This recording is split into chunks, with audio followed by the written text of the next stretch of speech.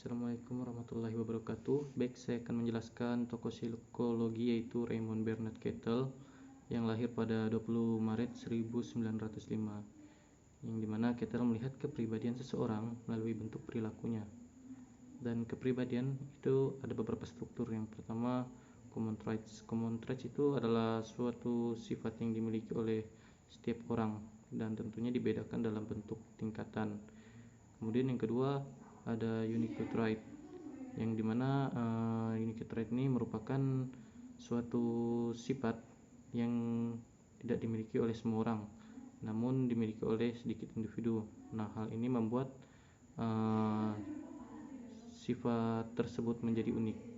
Kemudian surface traits and source traits merupakan karakter kepribadian yang terdiri dari banyak elemen yang menyusunnya secara konstan. Kemudian source traits merupakan salah satu unit dari trait yang mempengaruhi setiap perilaku individu. Kemudian ada ability traits. Nah, ability traits ini suatu sifat yang menentukan seberapa mampu seseorang dapat bekerja demi sebuah tujuan yang dia inginkan. Kemudian ada temperament traits, yaitu sifat yang dapat menggambarkan emosi dari seseorang secara umum.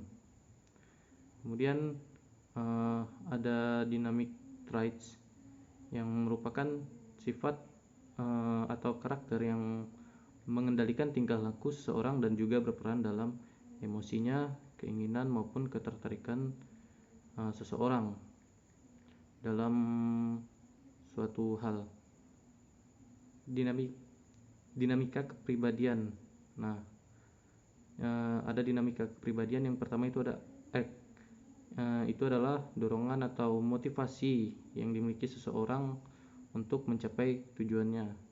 Kemudian ada sentimen, itu sebuah pola dari sikap yang memperoleh energi dari act tadi atau motivasi tadi dan dibentuk melalui hasil belajarnya.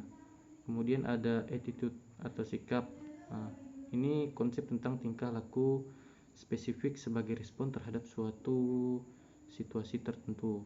Kemudian kepribadian memiliki perkembangan. Yang pertama, tahapan perkembangan infansi, yaitu dimulai sejak lahir hingga umur 6 tahun.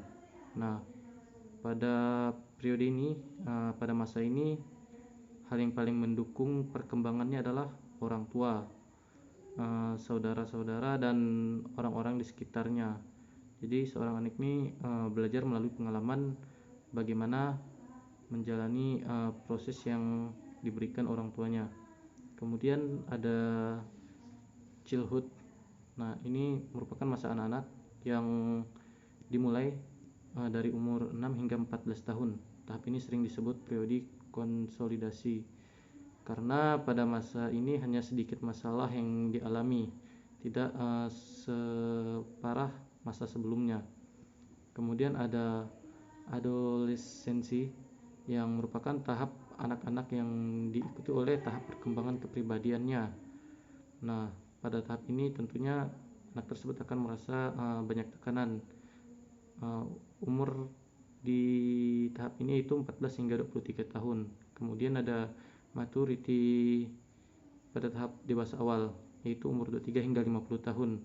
Hal ini merupakan periode kepuasan dan produktivitas karir individu, pernikahan, dan masa keluarga. Kemudian late maturity, yaitu dewasa akhir. Nah, hal ini meliputi perkembangan kepribadian dalam merespon perubahan fisiknya, sosial, dan psikologisnya. Dan yang terakhir itu ada old age. Masa ini dimulai pada usia 65 tahun ke atas. Nah, pada masa ini seseorang akan merasa kehilangan orang-orang terdekatnya, seperti anaknya yang mungkin sudah berkeluarga dan istrinya mungkin sudah meninggal. Nah, dan merasa kesepian ketika sudah pensiun kerja. Kemudian ada kecemasan. Menurut Kettle, kecemasan itu sangat penting pada aspek perkembangan kepribadian, karena dampaknya itu memiliki bahaya yang dapat merusak fungsi fisik dan mentalnya.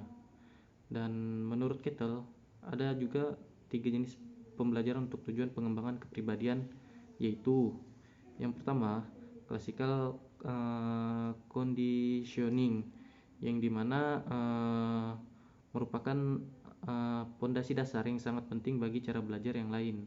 Kemudian adanya instrumental conditioning. Hal ini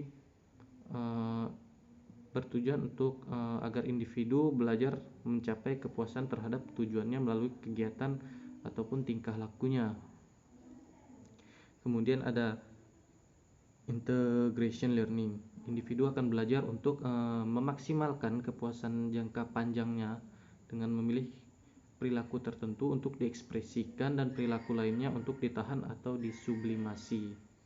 Jadi mungkin sekian saja yang dapat saya sampaikan. Kurang lebihnya saya mohon maaf. Wassalamualaikum warahmatullahi wabarakatuh.